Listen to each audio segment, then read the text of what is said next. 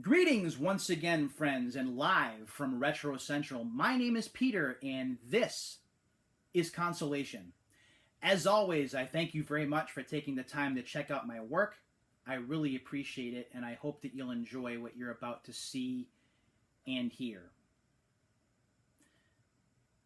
Has it been 20 years already since Chrono Trigger first debuted in the United States? Yeah.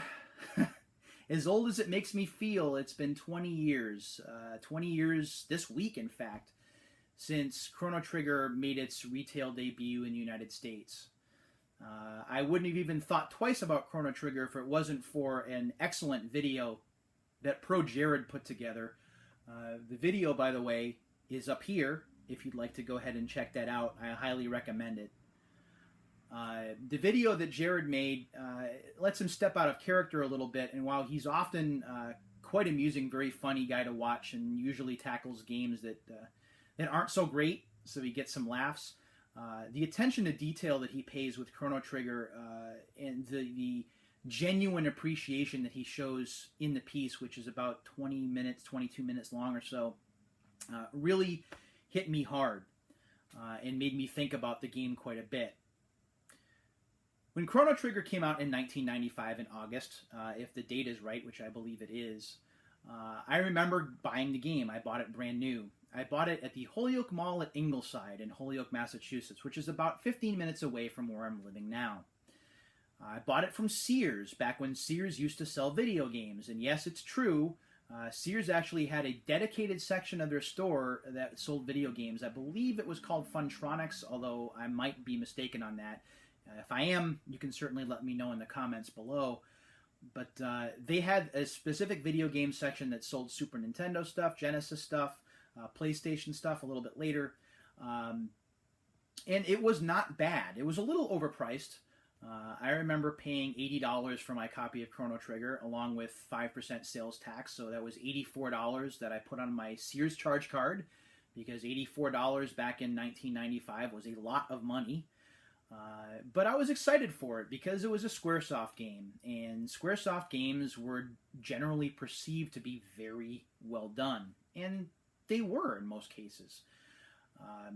In fact, the only RPG that I've ever beaten, and I'll admit that on camera right now, is this guy right here, which is Final Fantasy II, or Final Fantasy IV if you want to be proper.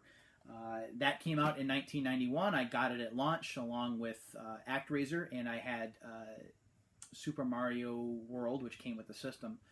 And Final Fantasy II kept my attention more than any other game because of its story, because of its character development, because of that epic battle between good and evil that you felt you played an integral part in. I had to play it. Whenever I had free time, I absolutely had to play. When I had an hour before going into work as a long-distance operator, I would level up my characters for that hour. When I got home from work, if it was 11 o'clock at night or even later, I would play for an hour or two. And on days off, I would put in marathon sessions of 5-6 hours, trying to get through the story as quickly as I could, because I needed to find out what happened next, which character would leave the party next, who would die. These were questions that I needed to have answered, and that's how strong an experience for me that Final Fantasy II was, and why it remains my favorite RPG of all time. I am skewed, I am biased, I admit it. Because it's the only RPG I've ever beaten, it kind of takes that position by default, if you think about it. But that set the stage for other great Final Fantasy games to come. Now, Final Fantasy Mystic Quest I never beat. A lot of people say this is a bad game. I respectfully disagree. I think that it does what it meant to do, which was to introduce people to RPGs if they had not played them before.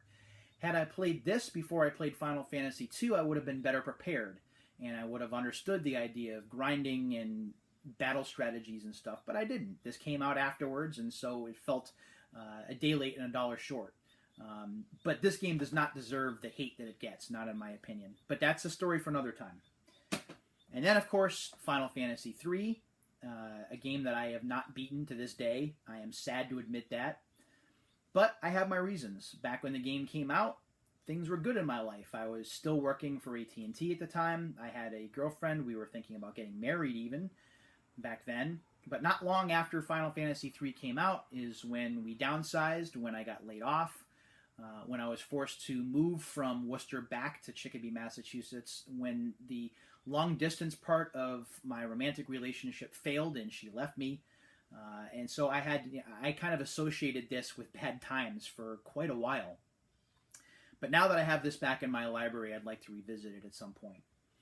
And then, of course, we come to Chrono Trigger, which came out in 1995. And while it was timely that it came out just before the PlayStation launch, so it gave me something new to play, it also had the unfortunate timing of being just before the PlayStation launch. So when I did get my PlayStation on September 9th, Chrono Trigger went away for a very long time, and I never even bothered to go back and finish it. Truth be told, I've owned the game in other formats since. This is the PlayStation version that you see here, combined with Final Fantasy IV, which is a great little compilation, tech quibbles aside, such as the loading time that purists hate, and some of the sound emulation and other issues that bother people. It doesn't bother me, by the way. I plan on playing this particular version of Chrono Trigger because I am not paying $120 for a Super Nintendo cartridge. No way, no how. But Chrono Trigger, I never beat it because things just kind of happened, and the game fell by the wayside. Now, Jared's given me more than ample reason to go back and want to play it. He's caused me, through his video, to look at the game a bit differently than I had looked at it back when I first played it. When I first played it, the sound and music and the graphics really were what blew me away, and the simplicity of the battle system. I thought the game was just incredible back in 1995. The soundtrack still remains as one of the best of all time, and it's not even on a CD, and there are no orchestral arrangements, although they're out there now. Just as it is, the soundtrack is amazing. So I plan to go back to it, but it's a matter of getting the time to spend, because with RPGs, that's the big catch, is RPGs often take 20, 30, 40, 50, even more hours to be able to get through. I think I heard one estimate where playing through all of The Witcher 3 can be like 80 or 90 hours or something ridiculous like that. I don't know who has that time when they're adults. Between working, which I'm going to be back to doing very shortly, or college classes, or social life, or other things outside of video games, I don't know where that kind of time comes into play. And the other thing when it comes to video games, when it comes to RPGs, that always tends to get in the way of beating them, not just RPGs really, but a lot of the games in my library, it's something that I call GAD, which is Gaming Attention Deficit Disorder. No, it's not a real thing. There are no APA papers on it. There is no medication to take. It's just something that I believe exists. And the way it works is this. You have more games, whether they're games you haven't bought yet or games that you have in your library that you want to play, than you have time to spend on them. So when you're playing through a game and something happens in the game, and it happens with pretty much every game, I've only played a handful that don't have this, where there's a little bit of a step back, the game takes a little bit of a stumble, or you get to a point in the game that you're really struggling with and you can't get past it. These things give you impetus. They give you reason to go ahead and turn around and play something else. And when that happens, I very seldom wind up going back to the original game and trying to overcome the challenges that I met in the first place.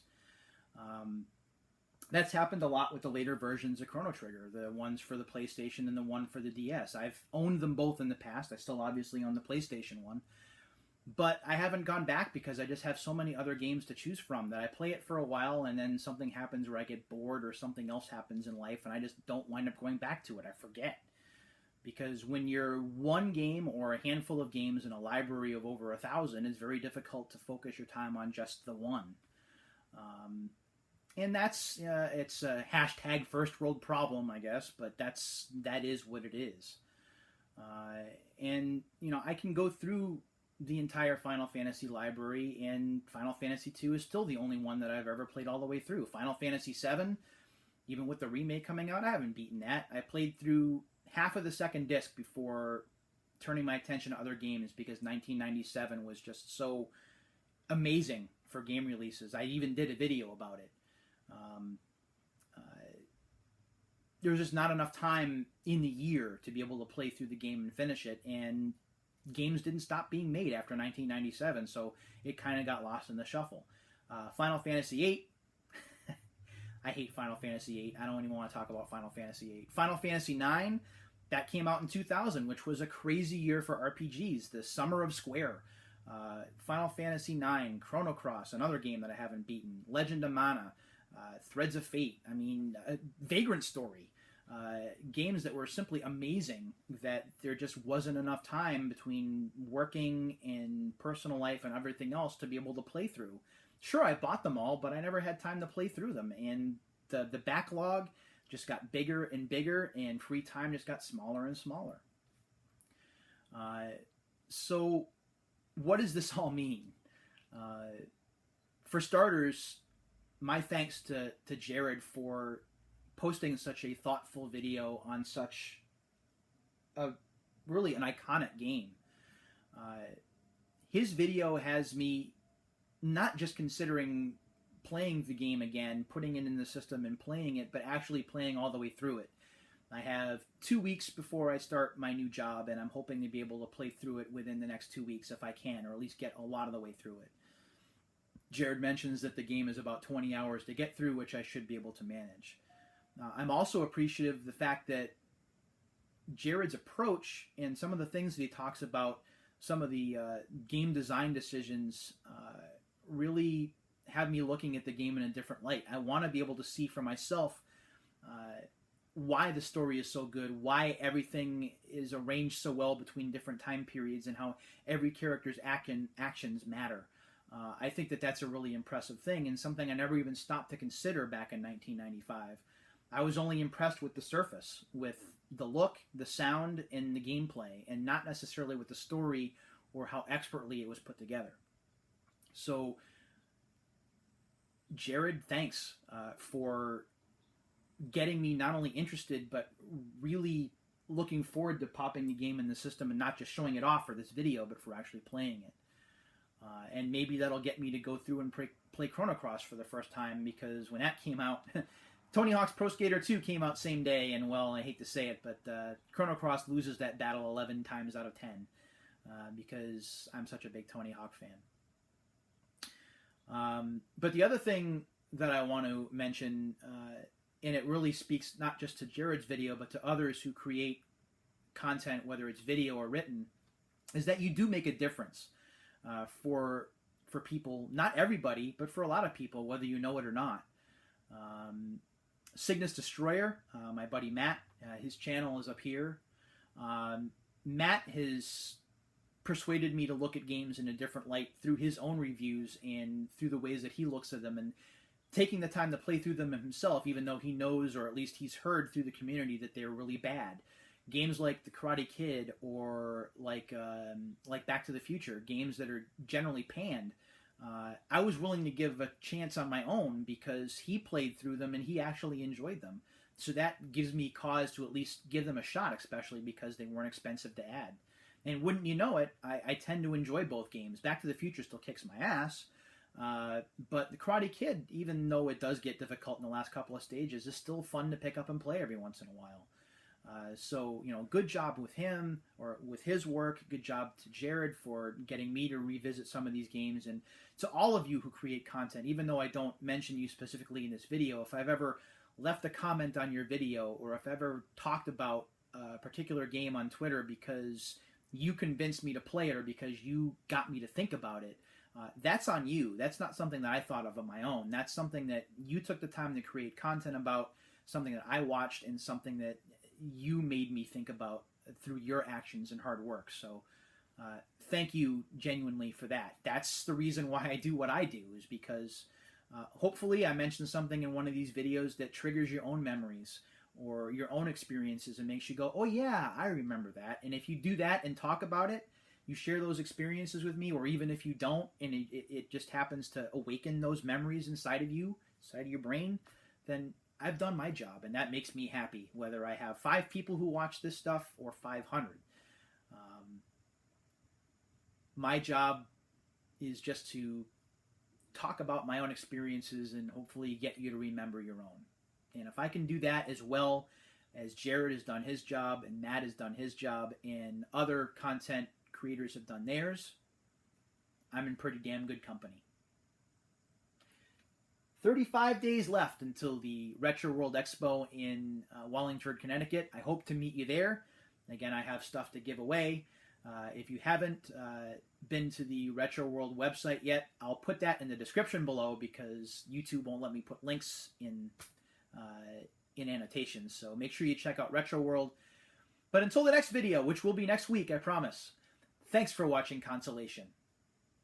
Take care.